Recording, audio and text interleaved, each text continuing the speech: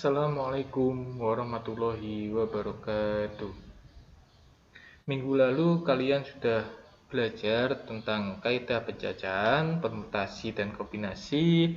Untuk kali ini kita akan masuk ke bab 2, yaitu tentang peluang suatu kejadian. Peluang suatu kejadian itu identik dengan ruang sampel dan titik sampel. Ruang sampel sendiri adalah himpunan dari semua hasil yang mungkin pada suatu percobaan atau kejadian. Titik sampel adalah anggota-anggota dari ruang sampel atau kemungkinan-kemungkinan yang muncul. Jadi, nanti kita akan belajar berapa ruang sampelnya dan berapa titik sampelnya. Contoh, pada percobaan melempar 2 buah mata uang logam atau koin homogen yang berisi angka dan gambar sebanyak 1 kali. Tentukan ruang sampel percobaan tersebut. Bisa memakai diagram pohon, bisa juga memakai tabel. Kalau memakai diagram pohon, hasilnya kayak gitu. Nanti hasilnya adalah angka-angka, angka gambar, gambar angka, dan gambar-gambar. Kalau memakai tabel, kayak gini caranya. 2 buah koin logam, berarti ini. Nanti kalau 1 buah berarti kemungkinannya kan 2, ada angka dan gambar. Kalau 2 buah berarti ini angka gambar, yang bawah angka dan gambar. Lalu kita gabungkan angka dengan angka, angka-angka. Angka dengan gambar, angka gambar. Gambar dengan gambar, gambar-gambar. Gambar dengan angka, gambar angka. Jadi ruang sampelnya adalah AA, AG, GA, dan GG. Banyak titik sampel, ada 4, yaitu sama dengan ruang sampel AA, AG, GA, dan GG. Terus contoh yang kedua, dua dadu homogen berbentuk kubus bermata 6 dilempar bersama-sama sebanyak 1 kali. Tentukan ruang sampel pada percobaan tersebut. 1 dadu homogen bermata 6, berarti kalau 2 dadu berarti tinggal kita gabungkan. Berarti berapa ruang sampelnya? Ruang sampelnya ada 36, yaitu antara lain 1 dengan 1, 1 dengan 2, sampai 6 dengan 6. Contoh nomor 3, seperangkat kartu BRIK atau kartu remi dikocok lalu diambil 1 kartu secara acak. Tentukan ruang sampel percobaan tersebut. Jadi kalau ruang sampel berarti keseluruhan dari kartu BRIK itu tadi atau kartu remi itu tadi. Ada waru, keriting, wajik, dan hati. Kayak gitu. Jadi nanti kita akan belajar tentang peluang itu tidak jauh-jauh dari sampel atau contoh kartu BRIK, koin, dan dadu. Kayak gitu ya. Kita nanti akan menganalisis tentang kartu remi, terus tentang dadu, dan tentang koin. Nah, lanjut untuk pengertian peluang suatu kejadian. Definisi kejadian itu sendiri, kejadian atau peristiwa merupakan himpunan bagian dari ruang sampel. Definisi peluang suatu kejadian yang diinginkan adalah perbandingan banyaknya titik sampel kejadian yang diinginkan itu dengan banyaknya anggota ruang sampel kejadian tersebut. Misalkan, A adalah suatu kejadian yang diinginkan, maka nilai peluang kejadian A dinyatakan dengan, kalau peluang kejadian berarti P. Ingat lambangnya P. Peluang kejadian A berarti PA. PA itu rumusnya sama dengan banyaknya kejadian A dibagi banyaknya kejadian yang mungkin. Peluang disebut juga dengan nilai kemungkinan. Contoh, pada percobaan melempar dadu bermata 6, pada ruang sampelnya terdapat sebanyak 6 titik sampel, yaitu munculnya sisi dadu bermata 1, 2, 3, 4, 5, dan 6. Kejadian-kejadian yang mungkin terjadi misalnya munculnya mata dadu ganjil, munculnya mata dadu genap, dan munculnya mata dadu prima. Jika percobaan tersebut diinginkan kejadian munculnya mata dadu prima, maka mata dadu yang diharapkan adalah munculnya mata dadu 2, 3, 5, atau sebanyak 3 titik sampel, sedangkan banyak ruang sampel ada 6. Maka peluang kejadian munculnya mata dadu prima adalah 3 dibagi 6. Banyaknya kejadian yang mungkin dibagi banyaknya kejadian mata dadu prima. Berarti 3 dibagi 6 sama dengan setengah.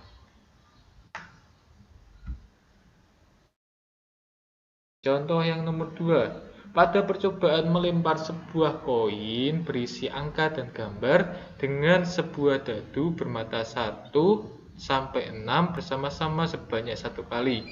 Berapa peluang munculnya pasangan koin sisi gambar dan dadu mata ganjil? Nah, berarti ada 1 koin dan 1 dadu. Kalau koin itu angkanya cuma angka dan gambar, kalau dadu angka 1 sampai angka 6. Kita kombinasikan menjadi A1, A2 sampai G6.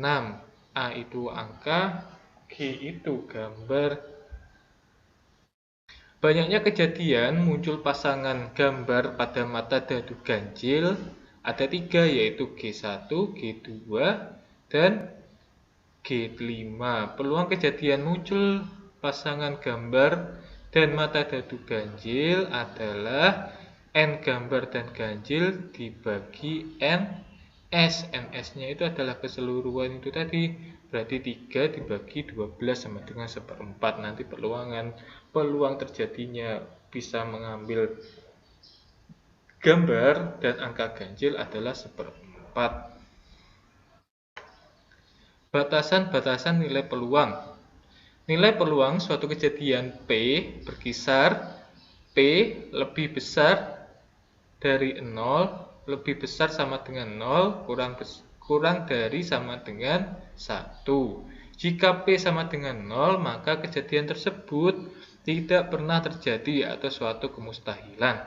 Jika P-nya sama dengan 1, maka kejadian tersebut merupakan kepastian. Jika A adalah suatu kejadian yang terjadi dan A aksen adalah suatu kejadian di mana A tidak terjadi, maka PA ditambah PA aksen sama dengan 1. Contoh, sebuah dadu berbentuk mata 6 dilempar sekali. Tentukan nilai peluang munculnya mata dadu bilangan asli, munculnya mata dadu 7. Nilai peluang mata dadu bilangan asli adalah 1 karena merupakan suatu kepastian. Nilai peluang munculnya mata dadu 7 adalah 0 karena merupakan suatu kemustahilan. Karena dadu itu titiknya ada 6 bukan ada 7.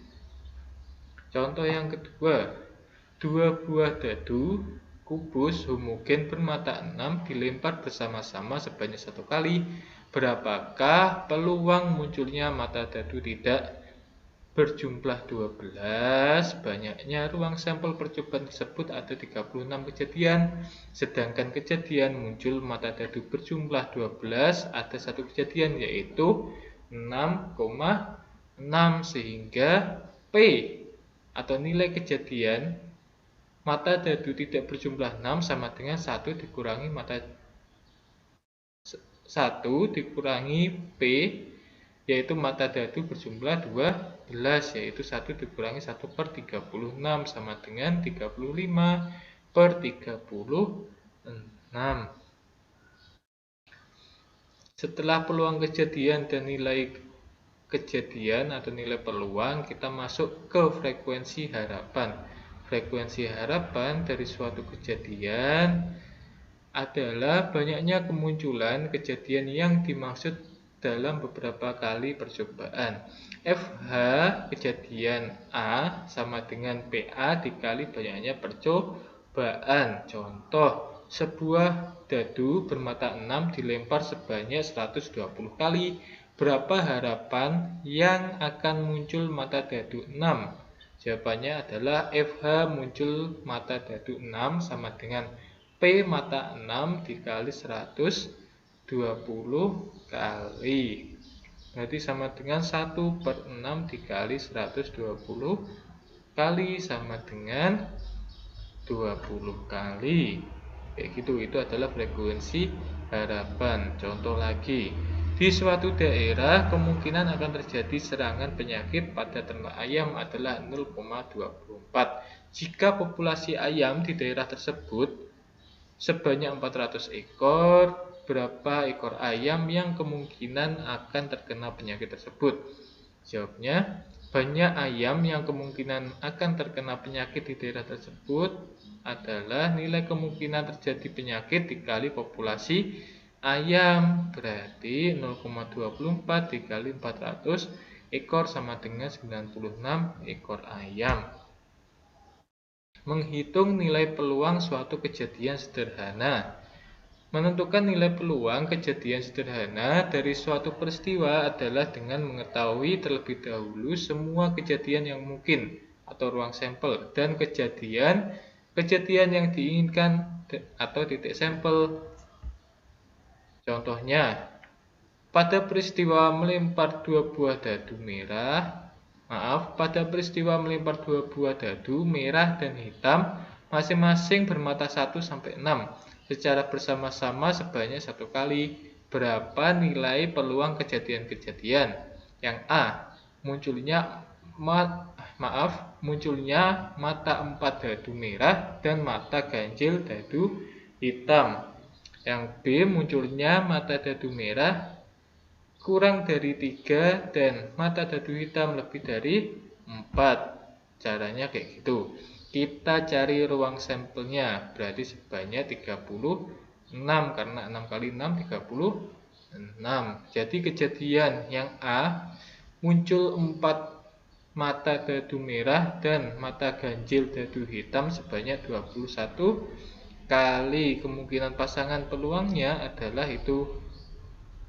Berarti P merah angka 4 dan hitam angka ganjil, berarti 21 per 36 sama dengan 7 per 12.